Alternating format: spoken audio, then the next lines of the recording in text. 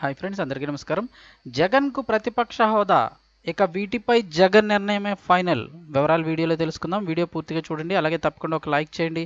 ప్రభుత్వం నుంచి వచ్చే లేటెస్ట్ అప్డేట్స్ అన్నీ కూడా మిస్ అవ్వకుండా మీరు ముందుగానే తెలుసుకోవాలి అనుకుంటే ఛానల్ వెంటనే సబ్స్క్రైబ్ చేసుకోండి. చాలామంది వీడియోస్ చూస్తున్నారు కానీ సబ్స్క్రైబ్ చేసుకోవడం ఫ్రెండ్స్, దయచేసి ఛానల్ని సబ్స్క్రైబ్ చేసుకోండి. లేటెస్ట్ అప్డేట్స్ ఎప్పటికప్పుడు మిస్ అవ్వకుండా మీకు ముందుగానే తెలియచేయడం జరుగుతుంది. వివరాల్లోకి వెళ్ళిపోదాం.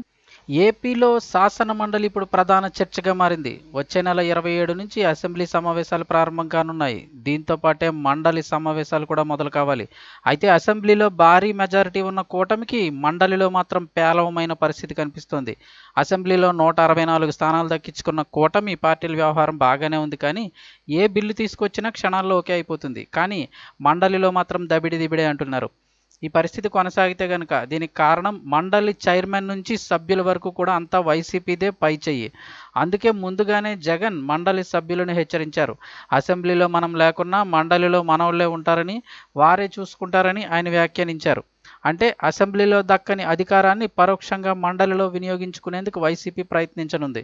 ఇది అధికార పార్టీకి ఇప్పుడు కంట్లో నలుసుగా మారే అవకాశం ఉందని సీనియర్లు అంచనా వేస్తున్నారు. ఈ నేపథ్యంలో శాసన మండలిని కొన్నాళ్ల పాటు సుప్తచేతనావస్థలోకి తీసుకువెళ్లేలాగా ప్లాన్ చేస్తున్నట్లు తెలుస్తోంది. మండలిని రద్దు చేయకుండా దీనిని వచ్చే 3 ఏళ్ల పాటు అచేతనంగా ఉంచేందుకు అవకాశం ఉందా అని సర్కారు యోచిస్తున్నట్లు సమాచారం.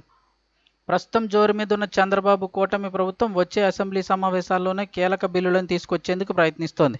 ప్రధానంగా ల్యాండ్ టైటిల్ యాక్ట్ రద్దు, అమరావతి నిర్మాణానికి సంబంధించిన మరికొన్ని బిల్లులతో పాటుగా R5 జోన్లో పేదలకు ఇచ్చిన ఇళ్లను కూడా రద్దు చేయనుంది.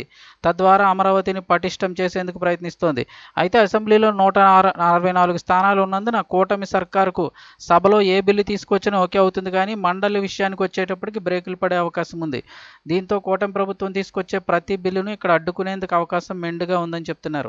ఈ క్రమంలో మండలిని రద్దు చేస్తే బెటర్ అని కూడా కూటమిలో చర్చ సాగుతోంది. కానీ వచ్చే 3 ఏళ్ల తర్వాత మళ్లీ మండలిలో టీడీపీ సహా జనసేన, బీజేపీలు పుంజుకుంటాయి. వారి బలం కూడా పెరుగుతుంది.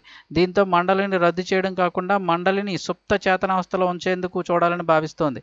దీనిపై న్యాయ నిపుణులు సలహాలు కోరుతున్నారు. తద్వారా వచ్చే 3 ఏళ్ల పాటు వైసీపీ ఎదురుదాడి నుంచి తప్పించుకునే ప్రయత్నాలు సాగుతున్నాయని అయితే తెలుస్తోంది.